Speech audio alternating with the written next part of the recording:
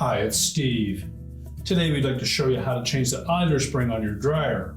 It's a really easy repair. Let me show you how we do it. Now before we begin this repair, the first thing we'll need to do is to disconnect power to the dryer. So either pull it far enough forward that you can unplug it, or locate the electrical panel and turn off the appropriate breaker, or remove the appropriate fuses.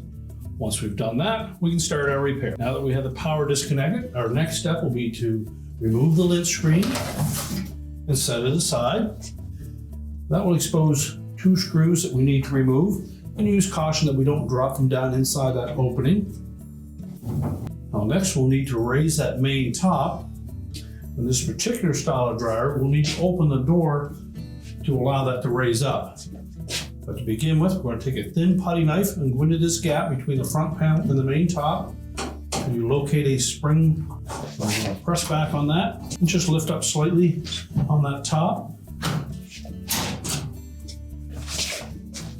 Do the same on the opposite side.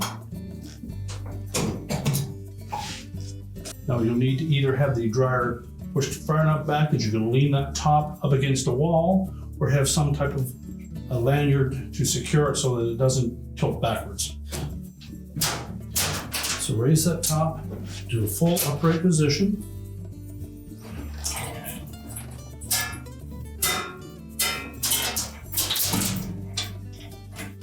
We're going to secure that to the cabinet so that we don't put too much pressure on those hinges. Now with our top secure, our next step, particularly with this style of dryer, is we need to remove the front panel and the door assembly. It's held to the cabinet with screws on either side, just a couple inches down from the top, and typically those are about a 5/16 hex head screw. We can remove those, disconnect the door switch, and then set that aside. Now our next step will be to disconnect the wire harness connector to the door switch. So using a small flat blade screwdriver, we'll go in on either side of this connector and just stretch that a bit, flip it over, do the same to the opposite side.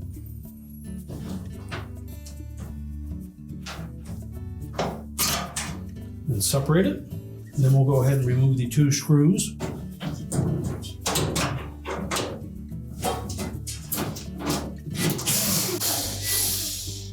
Be sure to support that door and front panel assembly as you remove the second screw.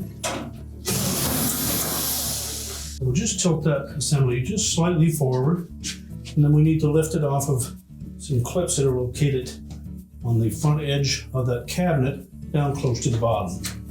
So lift up one side at a time, pull it away.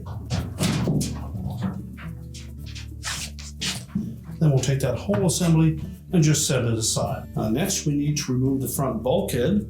It's held to the cabinet with two screws on either side. We need to remove the lower one and then just loosen the top one, because we do have a keyhole slot that will hold onto that bulkhead. And so we'll just loosen that top one a few turns. Repeat that procedure on the opposite side. Now we'll need to lift up on that bulkhead. You may be working against the tension of the belt. Just lift it up far enough that you can clear those keyhole slots. And then you'll need to support that drum. Tilt the bottom of that bulkhead out so that our drum support wheels come out from underneath that drum, and then we'll just set that bulkhead aside. Now next we'll need to release the tension of the belt on that drum.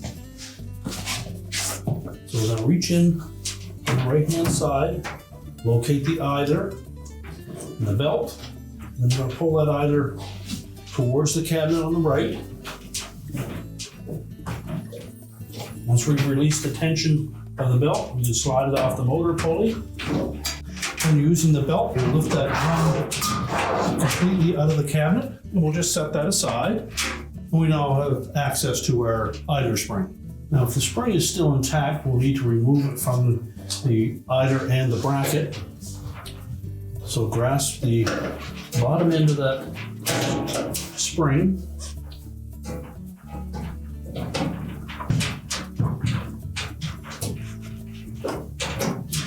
Just stretch it enough to release it.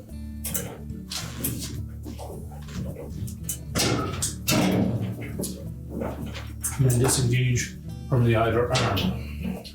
If your spring was broken into two pieces, you simply need to disconnect both ends of it. When installing the new one, we'll take the large hook end and attach it to the either arm. And then we'll attach the short hook into that little groove on the mounting bracket. Make sure you get a good grip at the pliers. And then hook it in to that little groove.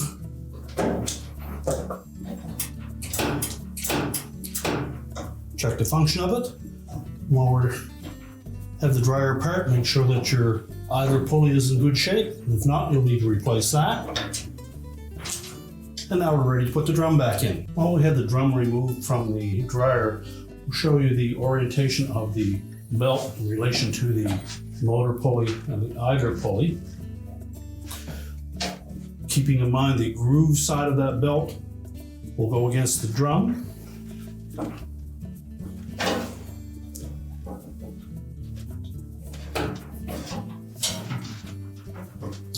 And then thread around the motor pulley.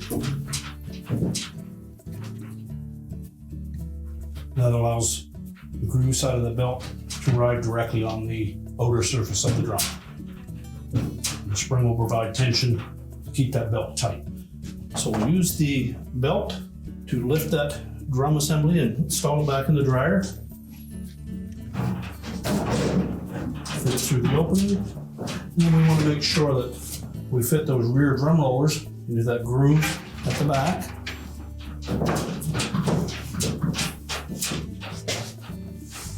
So just do a visual check to make sure that the felt is not kinked and it's actually sitting on both rear drum rollers.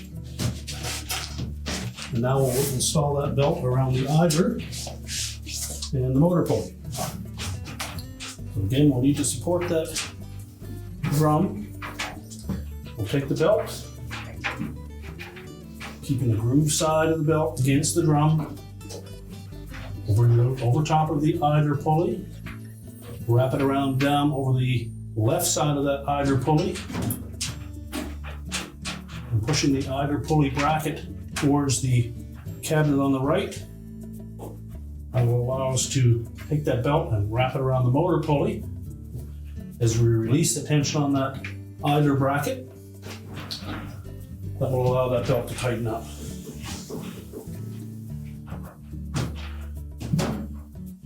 Now we'll reinstall the front bulkhead. Before we put that bulkhead on, just check the function of those front rollers. Make sure they're in good condition, whether they need to be lubricated or replaced. And then we're going to tuck the bottom edge of that bulkhead in underneath the drum so that the drum rollers will fit into this groove at the front of the drum.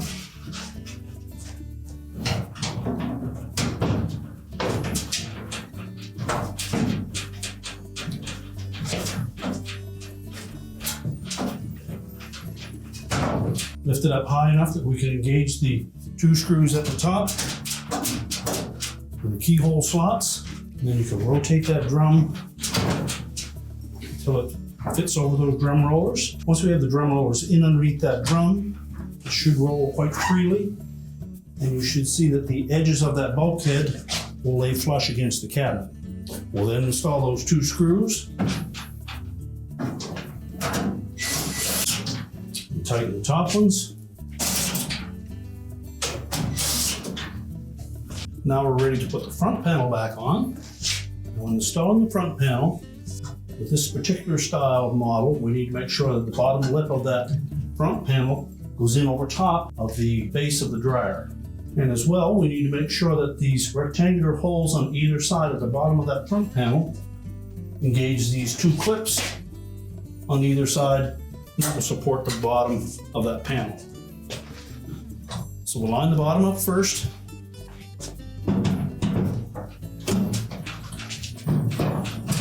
We'll engage first one side and then the other. That should line up evenly from side to side, and then we'll secure it with the 2 screws from inside the cabin.